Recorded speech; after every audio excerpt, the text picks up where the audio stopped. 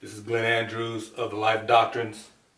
I formed the Life Doctrines as a personal training business, an apparel business, also personal development, lifestyle management organization.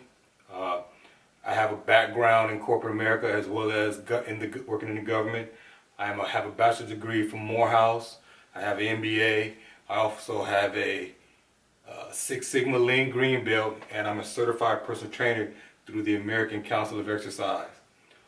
All of this happened within the last 10 years or so. I just turned 53, and as I got closer to 43, 44, working for a particular organization, I found myself hungry to get back into entrepreneurship. I didn't know what the path would be, but I just started jotting down the things I wanted to do and what I needed to do, because I was very unhappy in an organization, because what I went there to do was basically be closer to my home so I can spend more time with my children and just work in a place where all my efforts are rewarded. But you soon find out, in some cases, and not all cases, when you work for someone and you're the employee versus the employer, you're not rewarded for your efforts. If you're lucky and blessed to find an organization that rewards you for what you bring to the table, you need to stay with that company or that organization. You need to stay with them. But I still believe, and I wish they taught this more in school and high school, but I don't think it's by design, that you need to think about being someone to create your own business and teaching others how to create their own businesses. I've met several individuals over the last 10, 15 years who have shined a light on the opportunities and the things that I can bring to the table that I didn't even knew I had. I have the skill set, I have the intellect, I have the discipline, I have the knowledge, but I just didn't know how I could apply it. But luckily, I'm the kind of individual who listens. I'm the kind of individual who respects knowledge and humble enough to know that someone knows more than me, that they can give me something that can propel me to the next level. Kind of in this room where I have some fitness equipment, and across the hall, across the foyer, I have some more fitness equipment, and even back out in the back, I have some fitness equipment as well. But what I'm learning now is 50% of my life is teaching folks how to be healthy. The other 50% is the pursuit of happiness, and just having a mindset of saying you can do it. I just see right now, just after the election and just everything else that's going on, individuals just like a thing of being hungry, like a thing of being cold, and just want to knuckle under and not go for what you can go for, and setting these ceilings and setting these constraints and just really just negativity.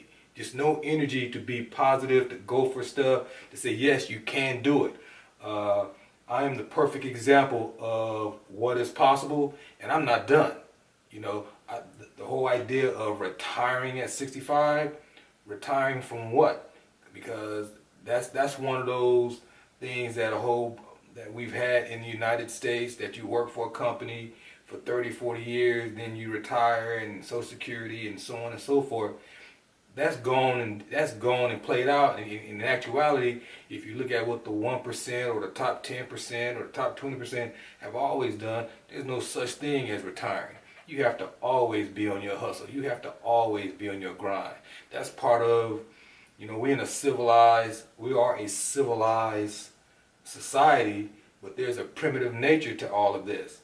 And if you're not if you wake up in the morning and you're not compelled or feel the need to compete, you are expendable. It's just as straight and clear as that. I just did Man Talk Mondays here in Atlanta with Ura Bryant, Sam Smith, Mark Jenkins. like these young brothers. I like what they're doing. And we had a great discussion about some of the stuff I'm doing as far as fitness. Had a discussion about the whole political aspect and everything that's going on with the election. And if you read history and know history and just paying attention to what's going on, not what you want it to be, but what it actually is, not surprised. Not surprised. So now that these cards have been dealt the way they are, now you see who the players of the game are. Now you see what the game is. Now it's about what are you going to do? What are you going to do? Because I had my game plan in place about 10 years ago, and it was in general. Over time, it has narrowed down, and the outline is getting more detailed. Now I have a more detailed and specific outline. It involves collaboration. It involves partnerships. It involves personal stuff I need to do as far as getting my son through college. He's in college now. Making sure he has a path if he wants to pursue his PhD. The same is for my daughter. Putting away investment in money for me and my wife as we get older. Creating some scholarships, creating some endowments, doing a whole bunch of community service. But, you know, one of the things for me right now is I have a lot of young men that I speak to throughout the week, and some young ladies as well. And I speak to folks even my age. And I think the thing about me is I've been blessed with drive, a sense of urgency, a high IQ, a kind of a hunger at all times to want more and do more.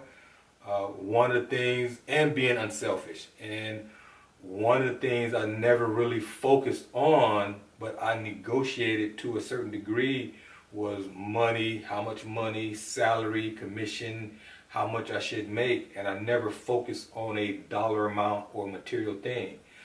Since I haven't done that since I've been working since I was 12 years old, I'm flipping that around because I've had a checklist of goals that I wanted to attain, and I've literally hit everything on the checklist except doing $1 million a year, and that is the last one.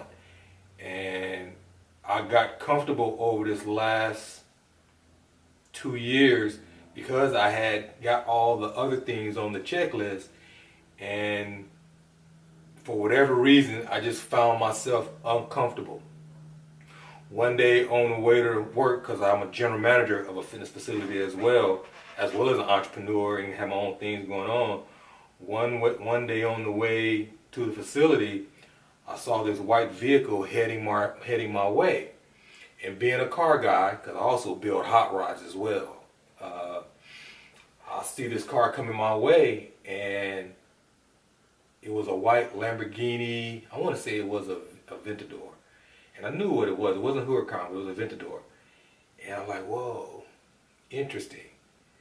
Because my academic and professional experience in knowing money and knowing cars knew that if that was the owner of the car driving that car, he had a hustle and a grind that allowed him to walk into a Lamborghini dealership or an expensive car dealership and tell them, I want that one.